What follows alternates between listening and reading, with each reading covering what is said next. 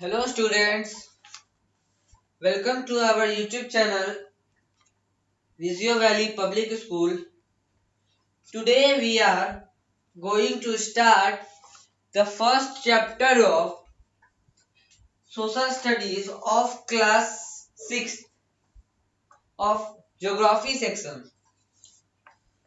In the first chapter, we have to deal with the terminologies, stars, constellations, the solar system, family of the sun, a Pluto, dwarf planet, our planet, the Earth, unique feature of our planet, shape of our planet, satellite, moon, asteroids, comet. These are the main terminologies that we are going to study in the chapter first, that is planet Earth in the solar system. We have divided this chapter into 4 or 5 video lectures. So this is the first and introduction video lecture of this chapter. In this chapter we are going to deal with the planet Earth specifications. In this video we are going to know about stars, constellations and the solar system. So let's start the video. It is wonderful to match the sky after sunset and wonder about these heavenly bodies.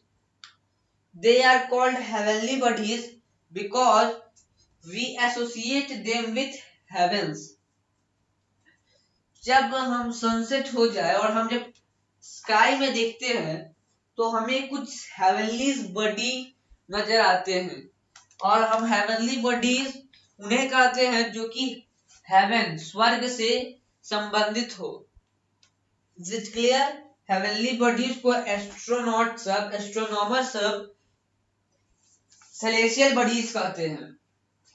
By celestial we also mean heavenly bodies.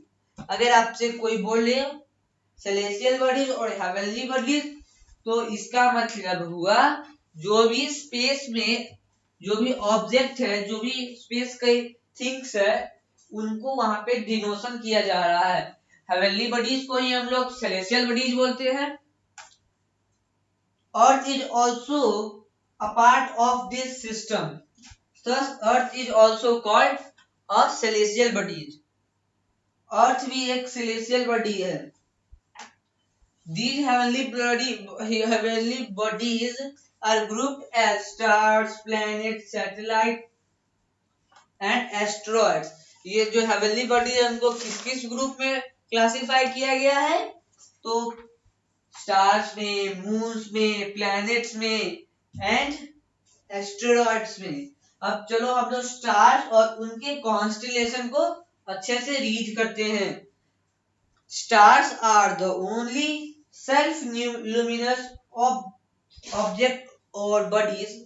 Stars एक ऐसे heavenly bodies है या फिर celestial bodies है जिनके पास अपनी light होती है. They have their own heat and light. Stars are made of hot burning gases. Stars जो होते हैं वो बहुत hot और burning gases से बने होते हैं. Mainly they are composed of helium.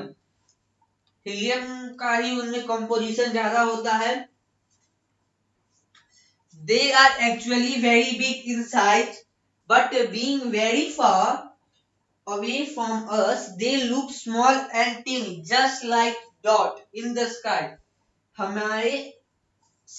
हमारे अर्थ से स्टार्स बहुत दूर है, इसीलिए वो हमें टीनी स्पॉट की तरह दिखते हैं. नहीं तो एक्चुअली में वो बहुत बड़े हैं, सन से भी बड़े हैं वो स्टार्स. स्टार्स को हम लोग पॉइंट सोर्स ऑफ लाइट भी कहते हैं क्योंकि उससे जो लाइट आती है वो पॉइंट साइज जो होती है और हमें हमेशा स्टार्स अपने एपरेंट हाइट से थोड़ा सा ऊपर दिखता है. ये भी आपको आगे पढ़ना है. its appear larger and brighter as compared to other stars because it is much nearer to the earth. सन जो है, सन भी एक स्टार है, बट वो लार्जर दिखता है और ब्राइटर दिखता है। कंपेयरिंग करें अगर दूसरे तारों में, तो वो बड़ा है दिखता है और बड़ा दिखता है और वो ब्राइटर भी दिखता है। इसका कारण है कि वो हमारे अर्थ से नजदीक है इसीलिए, और अदर स्टार्स जो है वो बहुत फार अवे हैं। There are millions of stars in the sky. बहुत सारी मिलियंस में है, मिलियंस में है स्टार्स हमारे स्काई में।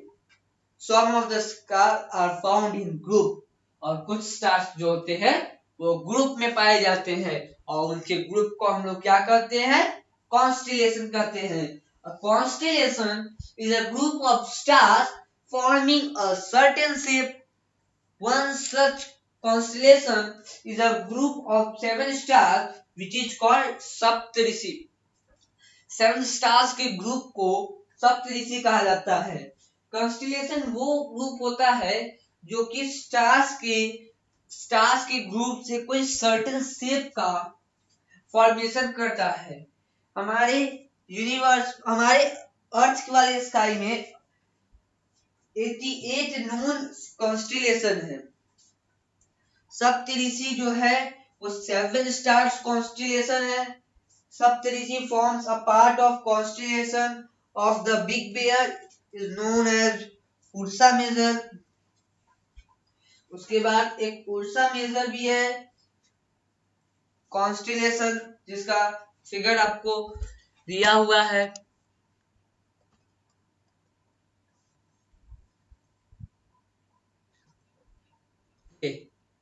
ये है figure.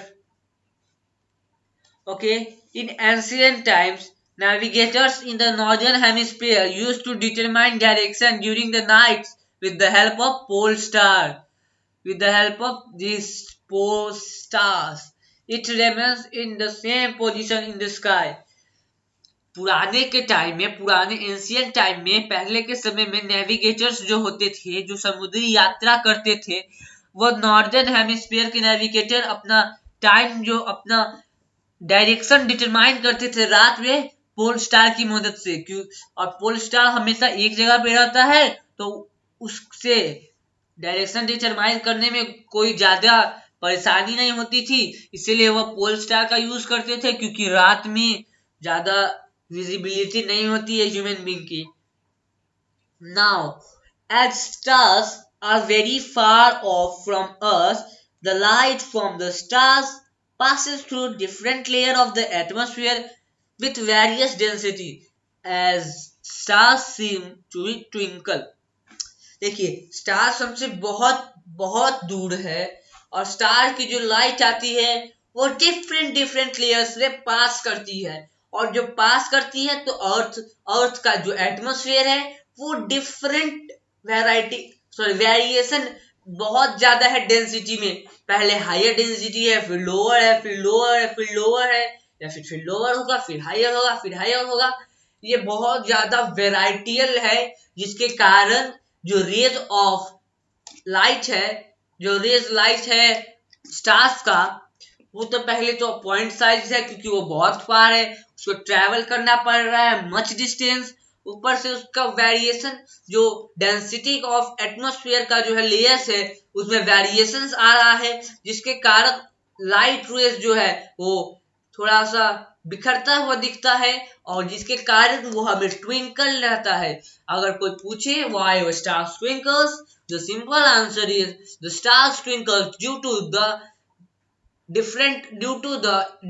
its travel of different layers to the earth atmosphere with varying density. ये आपको इसको साइंस में भी आगे पढ़ना है 9th 10th क्लास में। So now we are moving to our next topic. The distance in the space are extremely vast and cannot be measured in kilometers or miles. We express the great distance in the term of light years. हम लोग जो भी space में देख रहे हैं उस space के डिस्टेंस को मेजर करने के लिए किलोमीटर या माइल्स का इस्तेमाल नहीं होता है, क्योंकि वो बहुत दूर डिस्टेंस पे है। जैसे अर्थ और मार्स के बीच की दूरी किलोमीटर्स में काउंट करना बहुत ज्यादा मुश्किल है। इसीलिए साइंटिस्ट ने एक लाइट ईयर अलग टर्म यूज किया है, जो कि spatial special spatial distance, space के डिस्टेंस को सिर्फ मेजर करता है। The distance that light travels in a year is called light year. एक लाइट रे जो एक ईयर में ट्रेवल करता है लाइट, उसे हम लोग क्या कहते हैं, एक लाइट ईयर कहते हैं। Light travel at a tremendous speed of about 3 lakh kilometre पर सेकेंड। 1 सेकेंड में 3 लाख किलोमीटर ट्रेवल कर लेता है light. There are there are some stars which are so far off that it may take millions of years for their light to reach us, while the light from our sun reaches in about 8 minutes. सिर्फ 8 minutes में ही हमारे अर्थ तक reach कर सकता है। अगर आप maths के अच्छे स्टूडेंट हो तो आप अप्रोक्सीमेटली सन से अर्थ का डिस्टेंस निकाल सकते हो। कैसे निकालोगे? यहाँ पे आपको किलोमीटर दे रखा है डिस्टेंस, यहाँ पे आपको टाइम दे रखा है, यहाँ पे आपको स्पीड यहाँ पे स्पीड दिया हुआ है, यहाँ पे आपको टाइम दिया हुआ है 8 मिनट। इसको सेकेंड 8 मिनट को आप सेकेंड में चेंज कर लो। उसके बाद इसको और उसके बाद डिस्टेंस स्पीड डिस्टेंस फॉर्मूला पे लगा बैठा के आप डिस्टेंस निकाल सकते हो अर्थ से सन का। The light of Proxima Centauri, the nearest star to our sun, reaches us in 4 years. Proxima Centauri सबसे नियरेस्ट स्टार जो है उससे लाइट आने में 4 इयर्स लग सकते हैं, जो सबसे नियरेस्ट है। तो सोचिए आप थोड़ा इमेजिन करिए, because you are the student of science but this is a chapter of geography, but you can imagine what happens when the suns goes in the place of Proxima Centauri।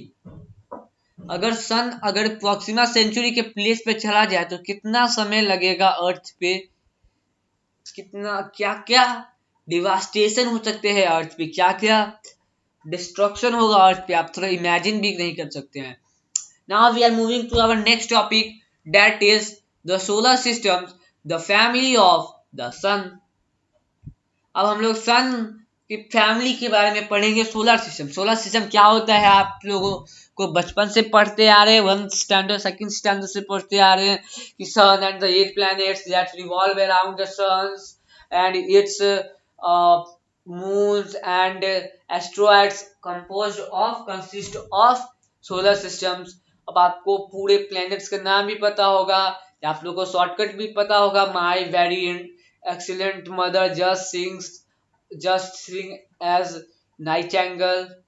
क्या Mercury, Venus, Earth, Mars, Jupiter, Saturn, Uranus, Neptune, Pluto, आपको ये सब पता ही होगा। But we are going through the each and every topic, so we are describing it। The sun and the 8 planets that revolve around the sun are the member of solar system। Solar system के कौन कौन member है? पहला member है सन, दूसरा member 8 planets, तीसरा member आपको यहाँ पे मेंशन नहीं है पर moon, asteroids, satellites. Now beside the moon and the planet there are some smaller celestial bodies as well in the solar system। these small bodies are called satellites। उन small bodies को क्या कहते हैं? satellites कहते हैं। the satellites revolve around the planet in the same way that the planet revolves around the moon। अब moon जिस order में revolve करता है उसी order जो moon जिस order में revolve करता है वो प्लैनेट को भी रिवॉल्व कर लेता है और सन के भी राउंड लगा लेता है। The Earth has a satellite which we called moon. हमारे पास एक ही सैटेलाइट है, नेचुरल सैटेलाइट, जो कौन है? जो है मून है। ओके, वो कौन है? वो है moon. Okay, now we are moving to our sun, the huge sun, and the sun is our last topic. We are going to end our video after the explanation of sun. The sun is at the center of solar system, and it is the largest member. Centre है solar system का। अगर solar system, अगर आप कहिएगा कि ये solar system है, this is a solar system, sorry, this is a solar system, I am really sorry. अगर आप कहोगे कि ये सोलर सिस्टम है तो ये क्या हुआ? सन हुआ। If this is a solar system then this is sun. इसका जो सेंटर है वो क्या हुआ? वो हुआ sun. Okay, is it clear? जो सेंटर हुआ वो क्या हुआ? वो हुआ सन। अब सन तो है, सेंटर है और सबसे बड़ा मेंबर है। All the planets in the satellites revolve around. अब सेंटर है तो इसके चारों तरफ रिवॉल्वेशन भी होगा, जैसे सब रिवॉल्व करेंगे सन के around. If this is a sun तो इसके चारों तरफ सब रिवॉल्व करेंगे, इसके चारों तरफ रिवॉल्व करेंगे, इधर इधर, so on and so on. Now it is about 13 lakhs time bigger than our earth. यह 13 लाख टाइम अर्थ से बिग है। यह 13 लाख अर्थ को अपने अंदर रखने की क्षमता रखता है। We cannot imagine the size of sun, because the sun can contain 13 lakhs earth. If we are able to imagine the size of sun, then what about the stars, which are more greater than sun? So the space is unlimited. We are the teeny particles of that space. The sun is about extremely hot burning gases, and it emits a lot of light in the form of light and heat. In the solar system, the temperature of its at its surface has been calculated 6000 degree. आपको ये भी पता होना चाहिए, ये अच्छा GK question है कि सरफेस कितना है, वो है 6000 degree, and its centre it is about 1.5 million degrees Celsius.